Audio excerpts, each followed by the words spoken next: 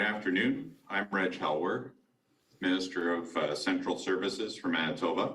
I'm joining you virtually today, but I'm pleased to introduce my colleague, Health and Seniors Care Minister Audrey Gordon, as well as Dr. Brent Roussin, Chief Provincial Public Health Officer.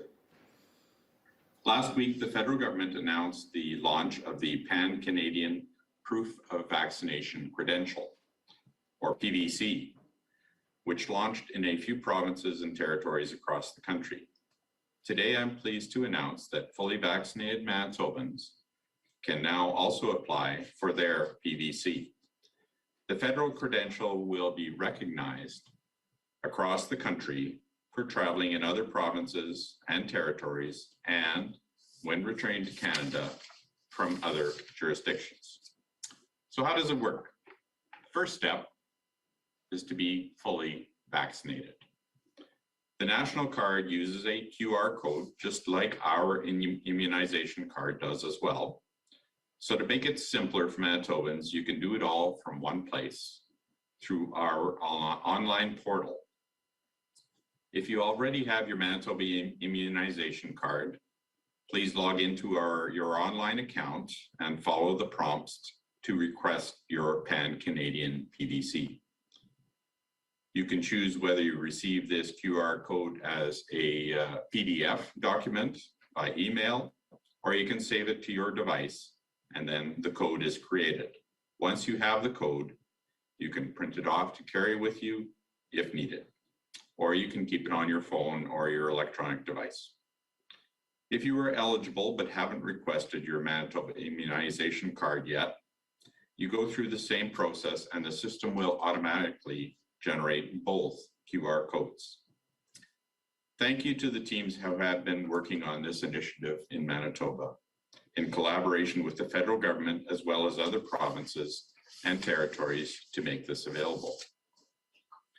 As you know, our province was a leader in offering a safe and secure card showing proof of immunization.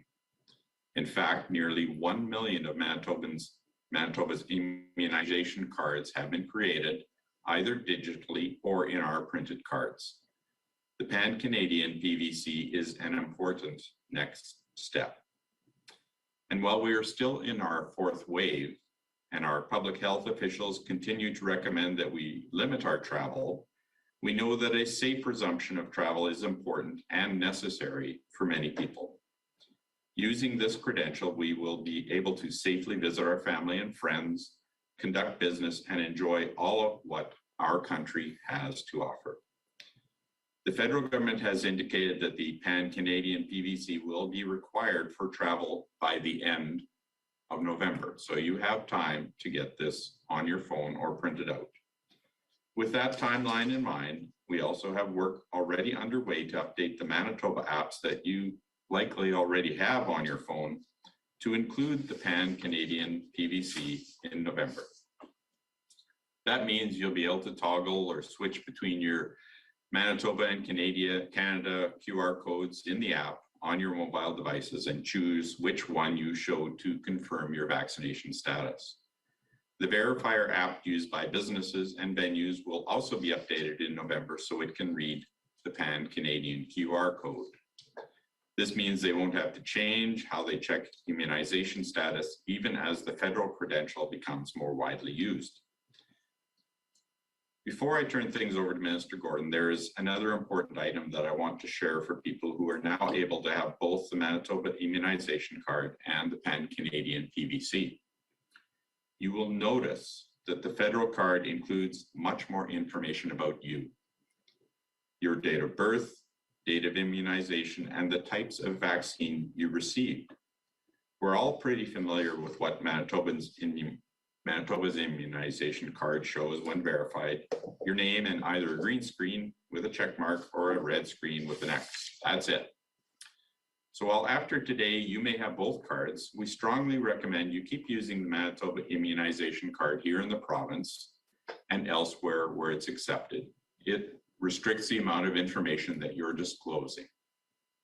It provides the least amount of personal health information, which is always a best practice when considering the security of your own data. We'll continue to keep Manitobans updated with the new information as the Pan-Canadian PVC rolls out in the province, including when those apps have been updated. For more information, I'd invite Manitobans to visit manitoba.ca/vaccine and follow the link under immunization cards and records. This will take you to the portal where you can request your Manitoba immunization card, as well as the Pan-Canadian PVC. With that, thank you for your time. I'll turn things over to Minister Gordon. Thank you.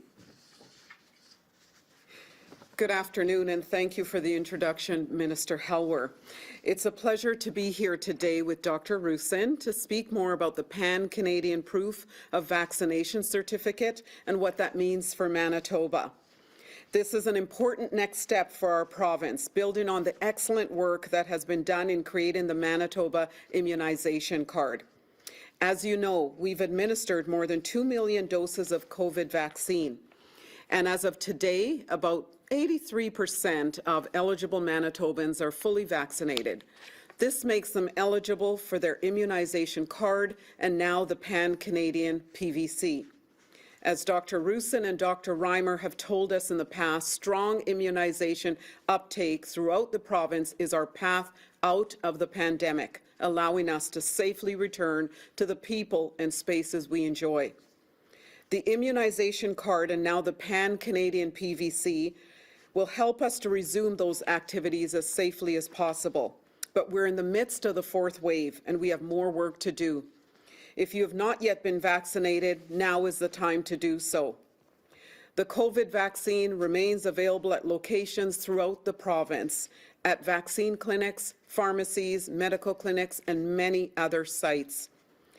We know that it's important to protect as many people as possible as soon as they're eligible to be vaccinated. For this reason, the province is actively planning for the approval of the vaccine for the 5 to 11-year-olds following Health Canada's approval. Last week, Dr. Roussin and I officially launched the seasonal flu vaccine campaign, yet another way we can all help to protect ourselves and each other this winter. It's convenient and easy to do, and it can be given at the same time as your COVID vaccine if you need one. The seasonal flu vaccine is available at numerous locations across the province, and you can book online or by phone or walk in at many locations. The public health orders are yet another way we have been protecting ourselves the last 18 to 19 months. The current orders expire tomorrow morning, Tuesday, and today we're announcing their extension with a minor change. Manitoba must stay vigilant in our fight against COVID-19 and the fourth wave. Our case numbers, hospital admissions, and ICU numbers continue to fluctuate, but we need to remain steadfast in our approach with the current public health orders that we have in place. We know that vaccination works. Currently, the vast majority of hospitalizations and ICU admissions continue to be in people who are unvaccinated. To fully bring an end to the pandemic, we all need to do our part and get vaccinated. So with that, I'll turn things over to Dr. Roussin. Thank you, Minister Gordon. Thank you, Mr. Helwer. I'm Brent Roussin, Manitoba's Chief Provincial Public Health Officer. As indicated, the current public health orders will be extended for another 3 weeks with the goal of maintaining Manitoba's positive response to the fourth wave of the COVID-19 pandemic. The municipalities of Cartier, Headingley, McDonald, Richot, the towns of Niverville and Richot, St. Francis Xavier and Taché are geographically located in the Southern Health Santé Sud health region. But considering their vaccine rates are more consistent with that as Winnipeg, as well as their proximity to Winnipeg, the new public health orders will see these select municipalities treated like Winnipeg and the rest of the province. So this impacts retail. So currently the permitted retail capacity is 50% in the Southern Health Santé Sud health region, and that will remain unchanged for that region with the exception of the municipalities just mentioned. So permitting retail capacity is 100% in Interlake, Eastern, Northern, Prairie Mountain Health, and Winnipeg Capital Region. And this will now include the municipalities of Cartier, Headingley, McDonald, Richat, which is Niverville, Richat, St. Francis, Xavier, and Taché. Again, these retail in all regions still require the use of masks indoors, still require the ability of patrons to distance, but they have no specific capacity limit in those other regions. So all other public health orders will remain unchanged. So the orders continue to allow fully vaccinated Manitobans to enjoy as much freedom and as few restrictions as possible, while unvaccinated individuals continue to be restricted in many activities, and this is to reduce transmission of the virus as well as to protect against some of the most serious outcomes of being infected with the virus.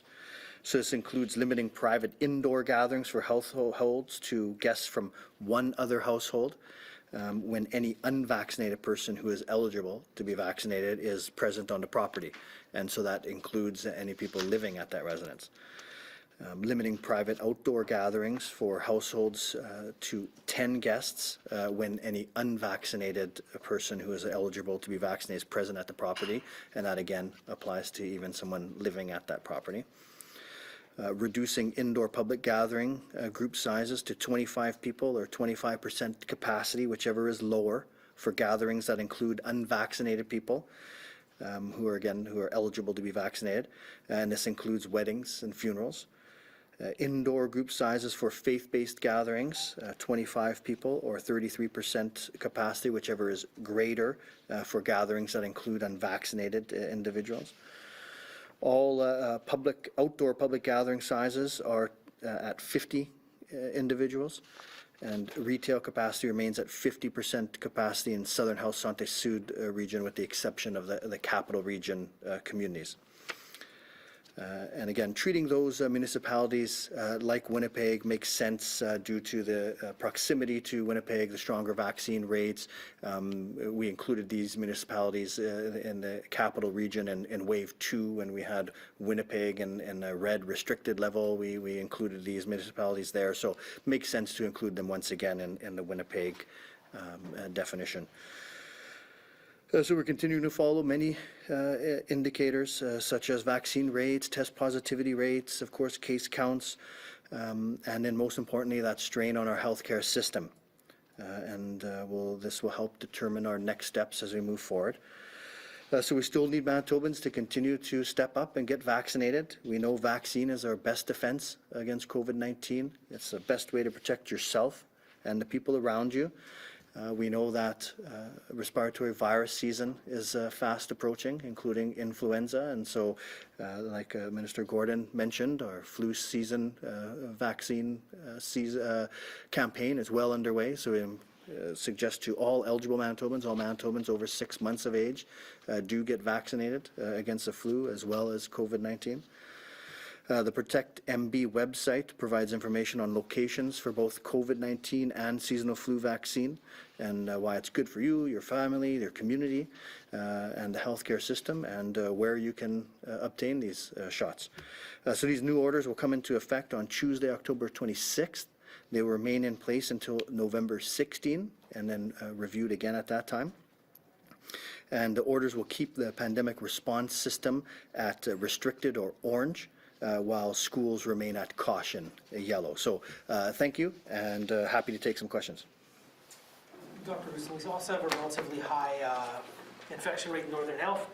You or your or your colleague, Dr. Halwer, I can't recall, one of you or both of you had said that it's limited to a couple of communities up there, but why not tougher rules for Northern Health as well? So we do have some tougher rules in some communities there that we've worked with leadership, and we're continuing to work with leadership in other communities right now to try to impose further restrictions or at least guidance to address that. So the overall Northern Health region, we're not seeing transmission, widespread net transmission. We're seeing isolated ones in certain communities. So we are working with communities. And if you don't mind indulging me in listing off which of those communities have tougher rules, Norway House, Matthias Cologne Cree Nation, which others? Those are the ones that are listed right now for that, and then for details on the communities and the responses, would refer you to FNIB or the community itself. All right, if we're hearing no questions here, go. Sorry. Well, go ahead. I just wanted to circle back to the new QR code. Can we go over the privacy concerns? What's in the federal code that isn't in the provincial code, and what's the concern with giving this code to people to hold in their phones? So thank you for the question. As you know, the provincial QR code shows whether you are vaccinated or not. It gives you a green check mark with your name. That is the only information that is available through the provincial version. The federal one that we have enabled now has more information. It shows the type of vaccine you received. It shows the date that you received that vaccine, and it shows the lot number. So those are things that we protect as health information for Manitobans, but it is something I think that the federal government, working with international organizations, has decided that this is the path of information that they need to have available. So then what's the guidance to make sure that you're protecting that information yourself if you're the one printing it off or keeping it as a file or a photo in your phone? So that's why we're recommending that for your local restaurants that you continue to use the Manitoba code that just shows if you're vaccinated or not. It doesn't disclose any other information. As if you have traveled, you're pretty used to using disclosing information to airlines and other agencies, and they're very good at protecting that information. So we think that there's a good level of security with that sector. Minister Helwer, Manitoba is the only province not tracking the use of rapid tests. How can we strategize how best to use the tests if we're not tracking how they're being used? Well, the rapid tests are used with an employer and staff, and that information on who is tested and how they're tested is all part of your personal health information with that employer. We depend on those employers to keep that information discreet and not release it to the general public. So we have distributed over 1.1 million rapid tests to public and private sector employers in Manitoba, and they are the ones that decide how and when to use that test. No, I'm not sure which of ministers want to take this one, but there's understandably going to be some public confusion about two different vax cards. You can see my face. If you could see my face right now, you'd see I'm smiling because it's understandable. What are you going to do to make sure that, what kind of outreach are you going to do with, I guess, the airport and I guess to a lesser extent via rail, to make sure that when people show up for traveling, they've got the right one in their pockets? Because I know there's, like, even among my colleagues just talking about this since the tech briefing, there is some confusion. So what extra outreach are you going to ensure that people put the right documents in their phones or in their pockets heading into that Christmas traveling season? Well, I guess as a traveler, you are responsible to have the proper documentation. If you're traveling international, you require a passport. You require additional information now that you have to make sure that you have available for the proper authorities. And it is incumbent on an individual who's traveling to make sure that they have that information. I agree, Bartley, there could be confusion on which code you have. Even if you have two on your phone, you might pull up the one and have to flip to the other when you're at the site. And we know when you're standing in a line, there's lots of pressure to get through as quickly as possible. But traveling takes longer now, and you have to make sure that you have the right information with you, or that you can access it. Our code is pretty quick to add to your phone. If you're in line and you find you have the wrong one, it's pretty easy to go into the site and get the correct code. Minister, you look like you were about to say. Looks like you were about to say something that when your colleague started speaking. I was just going to add that as we download, individuals begin to download the other QR code, they'll be able to toggle back and forth quite easily between the two of them. So we were just looking at that upstairs, and it was actually quite easy to move between them. All right, we can go to the phone. Thank you. A reminder to our reporters on the line, you will have one preliminary and one follow-up question. Up first this afternoon, from the Brandon Sun, Colin. Good afternoon. Dr. Russon, my first question is for you. With these certain communities in Southern Health facing fewer restrictions as a result of good progress, is this an approach that you're interested in taking more often going forward, rather?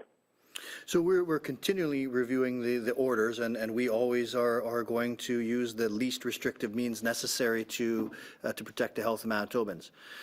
So these capital region communities, we've treated them the same as Winnipeg, during the second wave when we had Winnipeg restricted, and so reviewing the data, the case numbers, the vaccine rates in them, it made sense now to treat them the same as Winnipeg and as the rest of the province. And as we move forward with this fourth wave, we'll continue to review things, and we're always going to try to find that least restrictive means to keep everyone safe. Regarding the pan vaccination credentials, I was wondering how it might work at, say, border crossings with the United States, given that in Westman there are people who like to travel by car into North Dakota. I guess thanks for the question. That is something that the U.S. border guards will have to deal with. Currently, if you're traveling there, you may have a printout of your vaccination record. They don't currently scan our QR code for travel. This is something that the federal government will be working with the United States on in terms of how they're going to be able to scan it, or if they're going to be able to scan it. From CJOB, Skylar. Hi, Dr. Russon. We've heard quite a few anecdotal stories of parents of children who are taking their kids into the hospital with other respiratory viruses. And I know I asked about, the names escape me right now, but a certain type of cough, barking cough. And I remember the ER doctor told them that it was, maybe a dozen. They've seen about a dozen of those throughout the weekend. Can you talk about what we're seeing in hospitals when it comes to all respiratory viruses right now, not just COVID? So I don't have, the specific numbers, but we are seeing circulation of RSV, of rhinovirus. We've had, reports of croup or parainfluenza virus, and so we've only seen, I believe, 2 reported cases of influenza thus far this year, but we are seeing a lot of non-COVID respiratory virus circulating, most of it mild illness, but there are reports of, admissions to hospital with other illnesses. And can you talk a little bit about what that means for, self-isolation requirements? You start to come down with a cough. Maybe you think you have COVID, but you don't have, some of the fever-like symptoms. You just have that cough. What should those people be doing, especially when it comes to, if they're debating whether or not still going to work or school? Yeah, so it does add a challenge to a lot of our COVID response. One is we want people to stay home when ill. That's a message that's been in the past. It's important now because even if you're spreading other respiratory illnesses, they're hard to distinguish between COVID and they make people sick as well. So, the other strain is on testing. When we have a lot of non-COVID circulating, then there's going to be a lot of demands on testing as well. So we're going to have to really be cautious this year. We have to do whatever we can to protect ourselves from those other respiratory viruses, and luckily some of the things that we do now do that. So focusing on that distancing, mask wearing, hand washing, flu shot. These are all things that are going to help the circulation of those other viruses.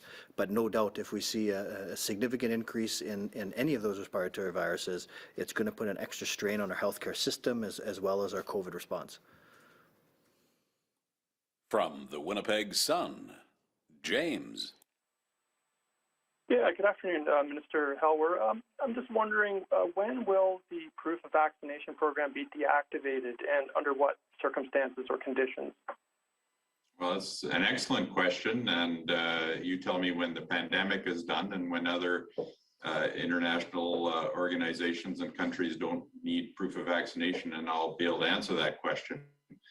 I don't know that there is a date that we can set for that. Domestically, it'll be up to some of the provincial governments when we no longer need proof of vaccination, but internationally, the federal government will have to deal with that side. I'm just wondering, when will children need, or will children need the federal PVC when and if they qualify for vaccination? I suspect that that's a good question for the federal government. If you are traveling internationally, I think their view is that you will need proof of vaccination. From the Canadian Press, Steve. Oh, hi there. Mr. Helwer, is the province working on having a card that would have both the provincial QR code and the federal QR code so that people can have that convenience of having that wallet-sized card with them? That is something we are indeed in discussions with the federal government about, Steve, and we don't have an answer from them yet, whether they will enable the enhanced QR code to be printed alongside the Manitoba one. And Dr. Russon, we've seen today the release of case counts and other data for the last several days. Are we seeing another sort of uptick in this fourth wave? And is that tied perhaps to Thanksgiving? Well, we're certainly in that area of time where we're going to start seeing the effects of Thanksgiving. We saw a day on the weekend there with nearly 150 reported cases, so that's higher than what we typically seen. So we're going to have to continue to follow those trends. We're certainly not done with this fourth wave. We're still at risk of increasing case counts. We're still at risk of that equating to strain on the healthcare system. So it's why we're extending these orders, and we'll have to follow those trends. From Global News, Brittany. Hi, good afternoon. Dr. Russon, I'm just wondering what advice you're going to have for businesses that are now going to be contending possibly with two different QR codes and how that's going to work for them. So I do believe that we're going to have information out to businesses. The Manitoba, the reader that reads the codes of Manitoba is going to be able to read that code. So I wonder if perhaps Minister Helwer might have information on that. I think he's already addressed some of that. Sure. Thanks, Dr. Russin. Yes, the current reader, of course, that we have reads the Manitoba QR code that people are familiar with and that they've been using for several months, and businesses are used to that type of process. The new reader we're working on to enable reading the federal QR code, and we expect that that'll be completed by mid-November. And of course, you know, the federal government has required this to be done by the end of November is when you'll need to be able to use the QR code. Thank you. That's the only question I have. We now return to the News Conference Theatre. Dr. Russon, just further along what Steve was asking about, yeah, the 7-day average is up to 101 today. In Manitoba, we were up at 112 on October 8th. We declined to 83 as of Thursday. Bit of a spike in cases in the last week here. So I know you're constantly looking at these models here, but are you expecting a little bit of up and down? Or is this, can you get a little bit more granular detail on the epidemiology? Is this more Southern Health? We see some Prairie Mountain Health case. Is this province-wide or granular or whatnot? Yeah, so I mean, I think we still see a predominance of cases in Southern Health. We are certainly seeing those isolated outbreaks in Northern Health, which is driving up their test positivity as well. But we're seeing transmission in all regions right now.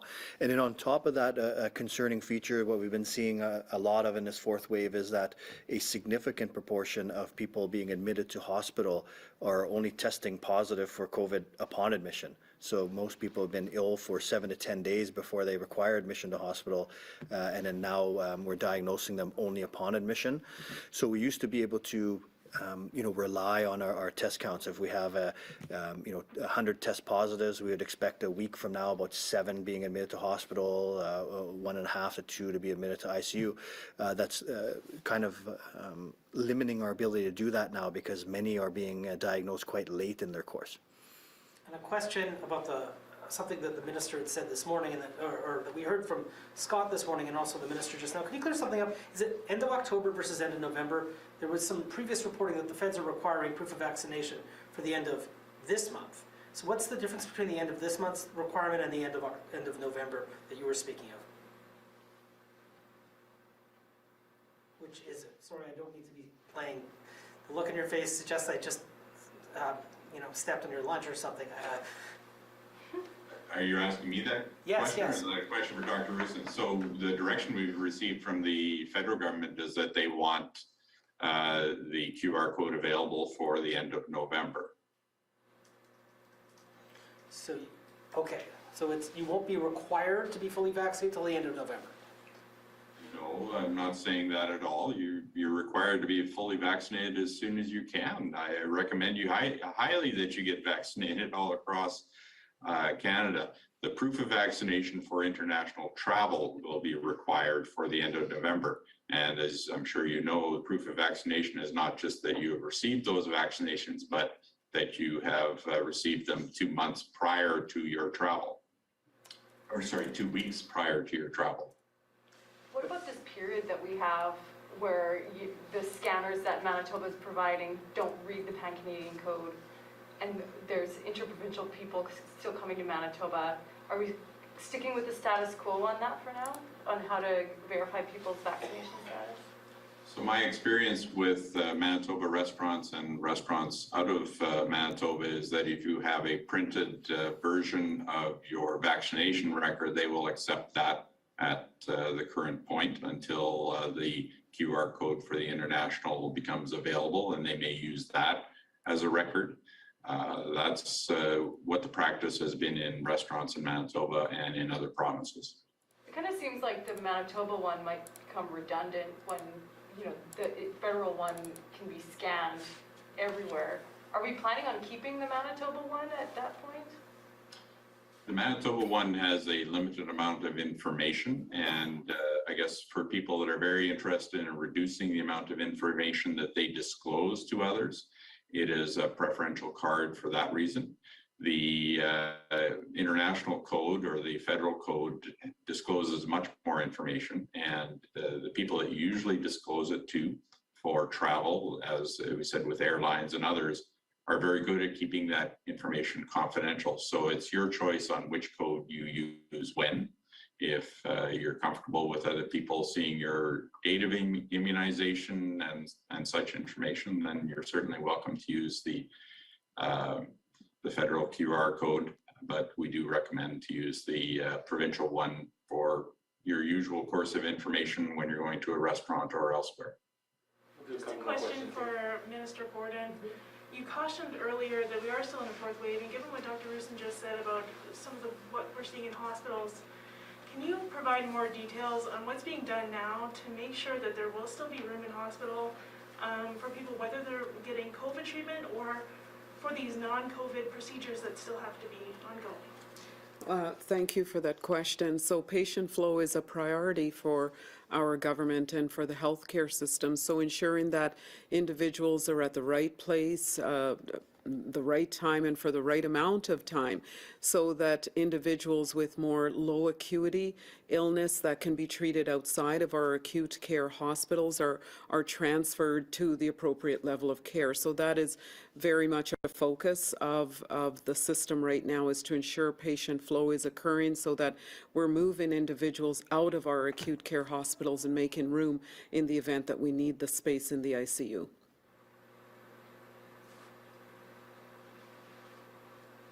I'm not hearing any more questions, so we'll call it a wrap, and thank you very much, folks. Thank you.